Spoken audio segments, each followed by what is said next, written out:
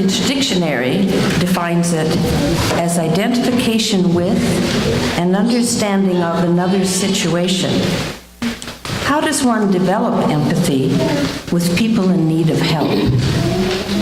The following story helps explain why I feel empathy for our guests who are helped by Family Promise. On New Year's Day, 1960 in Seattle, I sat in the living room with my family, watching the Rose Bowl on the black and white TV.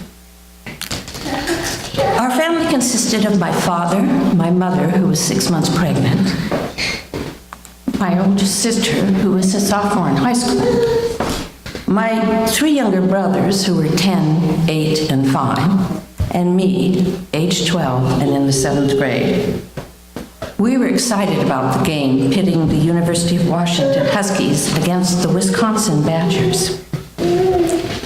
My father had attended the University of Washington and was a big fan of the team. The Huskies had been to the Rose Bowl 4 times over the years, but had never won. The closest they came was a 14-14 tie with the Naval Academy in 1924. Seattle in 1960 had no major league teams. Sports fans cheered the Huskies, the 12 Metro League high school teams, and a minor league baseball team called the Rainiers. When the Huskies beat the Badgers 40-48, there was euphoria in Seattle. And my family was happy too. But our joy was muted because my father, mother, sister, and I knew that the next day the sheriff was going to come and evict us from the house we had lived in for the last 5 months. My father hadn't been making much money, and he was behind on the rent. The next morning, we went to school. My sister went to Roosevelt High School. 2 of my brothers and I went to the Catholic school across the street from our house.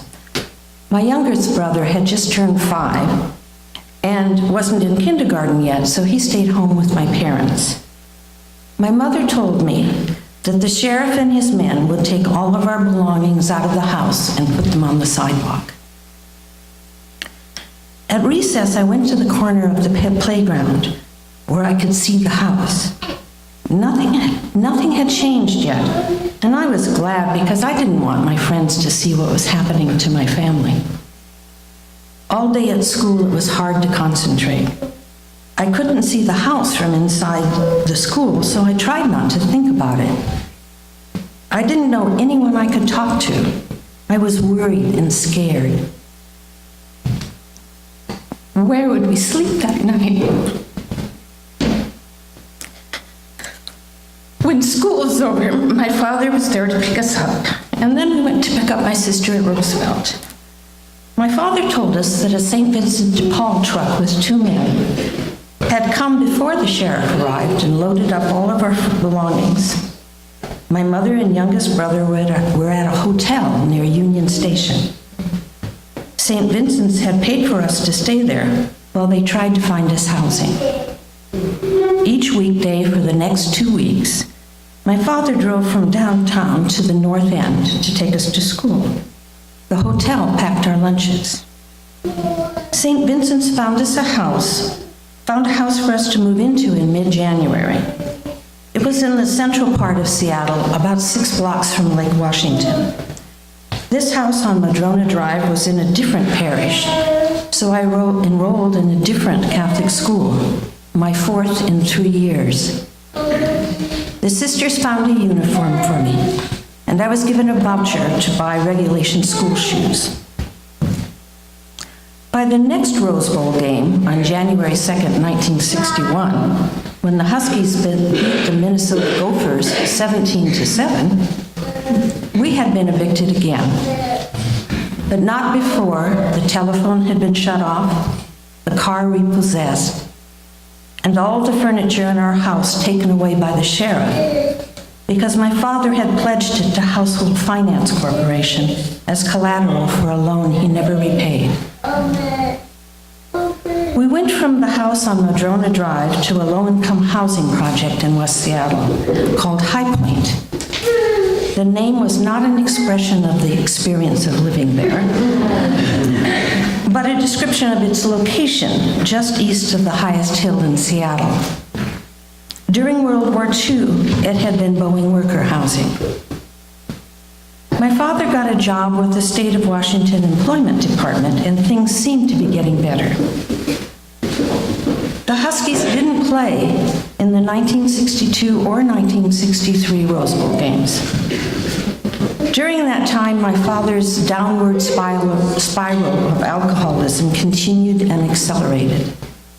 And though he kept his job and even applied for a better one, his demons overwhelmed him. In June 1963, he wrote a couple of bad checks on the way out of town and deserted us. We never saw him again.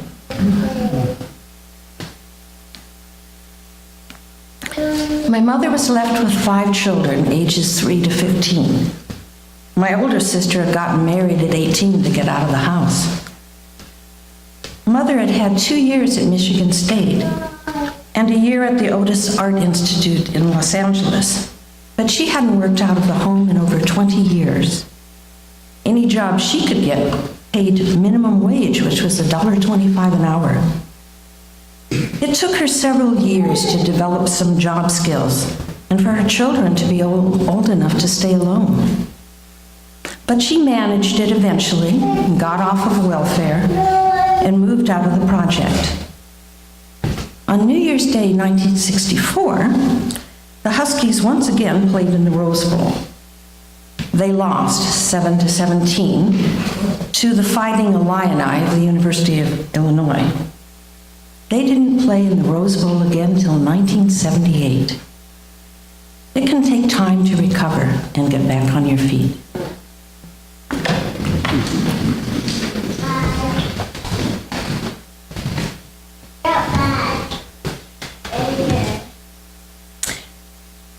First of all, thank you, Sue. I told you when I first saw this is a holy gift you just gave us. Thank you for sharing your story. And thank you, too, for all that you do as the coordinator of Family Promise. From getting up in front of us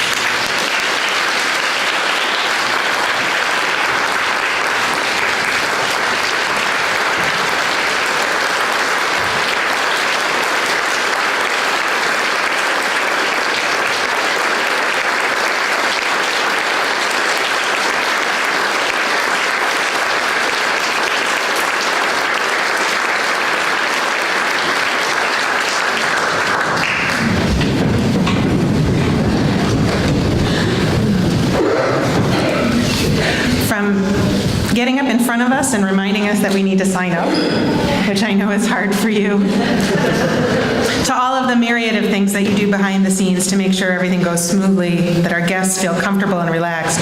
You work so hard and you do such an amazing job. Everything you do with grace and with caring. You are amazing, and we are really, truly so deeply grateful. I want to say just a few words about radical hospitality. Hospitality, without the radical part, is a central tenet of many cultures and all of the major world religions. Basic hospitality means offering a safe place and food and water and shelter. It means sharing what we have, and in a lot of cultures it entails an explicit commitment on the part of both host and guest not to be violent with one another. Radical hospitality goes a step further. Above and beyond, you are welcome here and you won't be harmed. Radical hospitality says you are treasured here and you will be treated as if you are precious. Instead of, here's some food, eat your fill, radical hospitality asks, what do you like to eat? Rather than, let me tell you how we do things around here, radical hospitality wonders, what can we do to help you feel comfortable? This is an excerpt from a book called Radical Hospitality by Father Daniel Homan and Lonnie Gollins-Pratt. When we speak of hospitality, we're always addressing issues of inclusion and exclusion. Each of us makes choices about who will and who will not be included in our lives. Issues of inclusion and exclusion, while personal, are not just personal. Our entire culture excludes many people. If you are in a wheelchair, for example, you're excluded because there are places you can't go. If you are very young, if you are very old, you are excluded. Hospitality has an inescapable moral dimension to it. It is an issue involving what it means to be human. All of our talk about hospitable openness doesn't mean anything as long as some people continue to be tossed aside. But calling hospitality a moral issue does not tell us the whole truth about hospitality either. A moral issue can become bogged down in legalisms, and hospitality is no legalistic ethical issue. It is instead a spiritual practice, a way of becoming more human, a way of understanding yourself. Hospitality is both the answer to modern alienation and injustice and a path to deeper spirituality. And that's the end of that reading. Radical hospitality shifts the power dynamic. The host is not offering charity to the poor, needy guest. The two are entering into relationship with one another. And the host makes a commitment to open not just the door of their home, but their heart. And because it turns out that what people who are going through a rough time need is more than just a place to stay and food to eat, caseworkers and classes on how to manage a budget, they need to be treated with dignity. They need to be seen as worthy and capable and interesting. They need our respect and our friendship, not charity. When we meet on a level playing field, when it's not charity but an offer of genuine relationship, we have to let their stories into our hearts. And some of those stories are heartbreaking. More, as the barriers fall and we connect person to person, we discover that we're not so different, which means we're not inherently better, which means we may have to weather misfortune in our lives too. When I was in seminary, I volunteered for a street ministry in the Tenderloin in San Francisco, and I remember feeling incredibly nervous my first trip out. Would those people be dangerous? Would they be violent? When I got out, it took approximately 30 seconds to realize that I was perfectly safe, and about 10 minutes to figure out that they were not at all different from me. One young man chose to share his story, and it paralleled mine exactly. He grew up in a small town in New England. He did well in high school. He went off to college, and then our paths diverged. Someone talked him into trying heroin at a party, and he immediately became addicted. So while my path kept going through college and a couple jobs and then seminary, he had to journey through the hell of withdrawal and multiple relapses. He stopped calling those loving parents because he didn't want to hurt them anymore. And eventually he lived on the streets and financed his addictions with prostitution. And as he told me his story, this beautiful, beautiful man, there wasn't the slightest room for judgment or separation between the two of us, echoing in my head and my heart, there but for the grace of God. There but for the grace of God go I. If we have what we have because we are lucky and not because we are worthy, we have to live with the terrifying reality of our vulnerability. I think this is why some people are reluctant to engage in actual relationships with people who are struggling. It's easier and safer to hide behind that safe wall that is charity. I've said it before, that cult of rugged individualism, it's a lie. We need one another. We fight so hard to establish this illusion of independence, and in the process we lose the awareness of how profoundly interdependent all of life is. Interdependence is beautiful. Sometimes we need help. Sometimes we can offer it.